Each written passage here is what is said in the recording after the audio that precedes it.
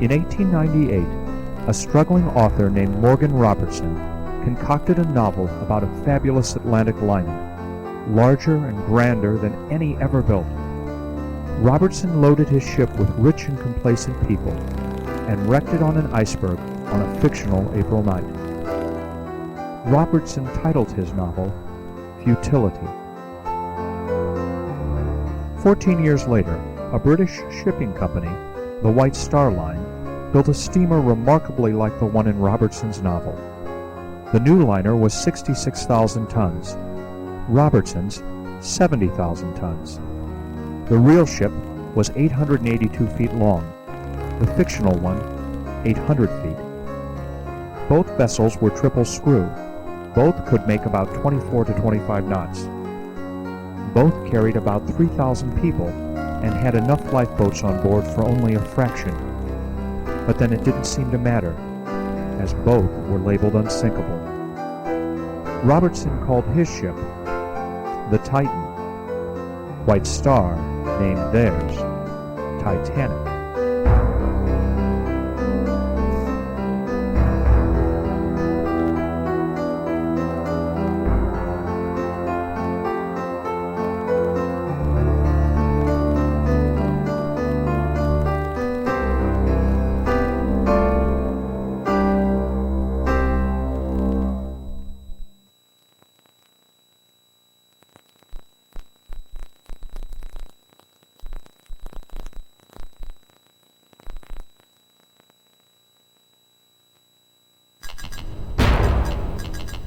She was designed to stay afloat with any 3 of her 16 watertight compartments breached, Captain. Maybe 4, but certainly not 6. Nonsense. God himself couldn't sink this ship. Nevertheless, Titanic is sinking, Mr. Ismay. How long do we have, Mr. Andrews?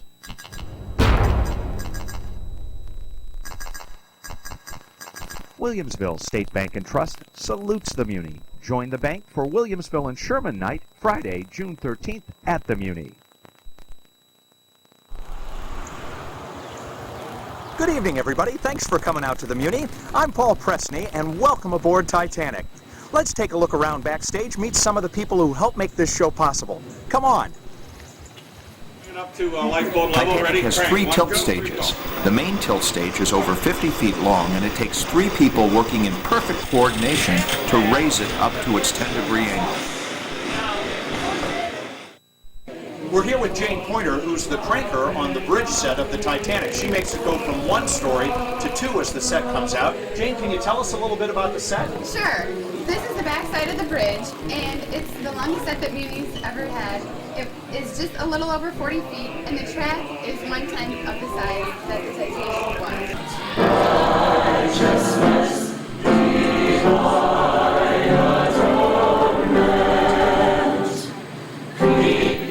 Titanic used a 10-week rehearsal schedule, rehearsing 5 nights a week from 7 to 10 p.m. There were singing rehearsals, dancing rehearsals,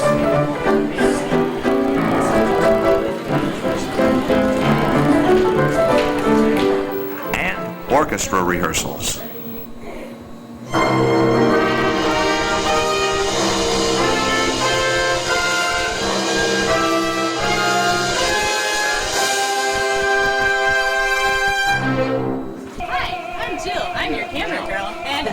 This isn't real. It's a pillow. Ed, you've got one of the most realistic costumes around. Jill, can you zoom in and get a close-up of the hat?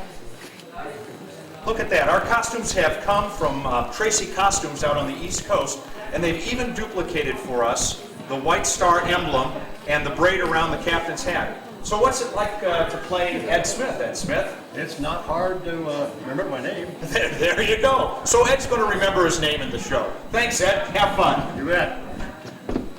Hey, let me introduce you to our stage manager, Jeff Nevins. Come on. Hey, Jeff, come on out.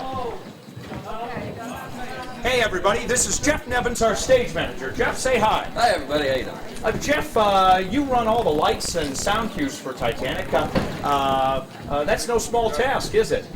Not exactly.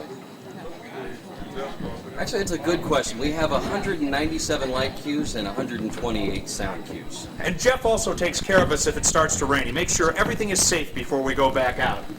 Brain at Muni. You wouldn't think of it. Yeah, I wouldn't think of it at the Muni. Thanks, Jeff. Thanks, Paul. I'm going to take you down to see the vocal warm-ups that are going on right now. We're going to take you through the infamous Muni tunnel that actually goes under the stage so our orchestra and our singers can enter the pit at any time they need to. Come on.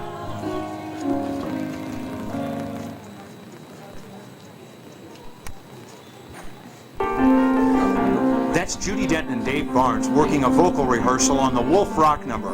Let's listen. We declare 12 rocks. Thank you, Mr. Murdoch. What is our present course? Before each show, the cast goes through a thorough vocal warm-up, and the set crew preps the entire set. There's over 1,300 feet of rope and wire in Titanic to make us sink every night on cue.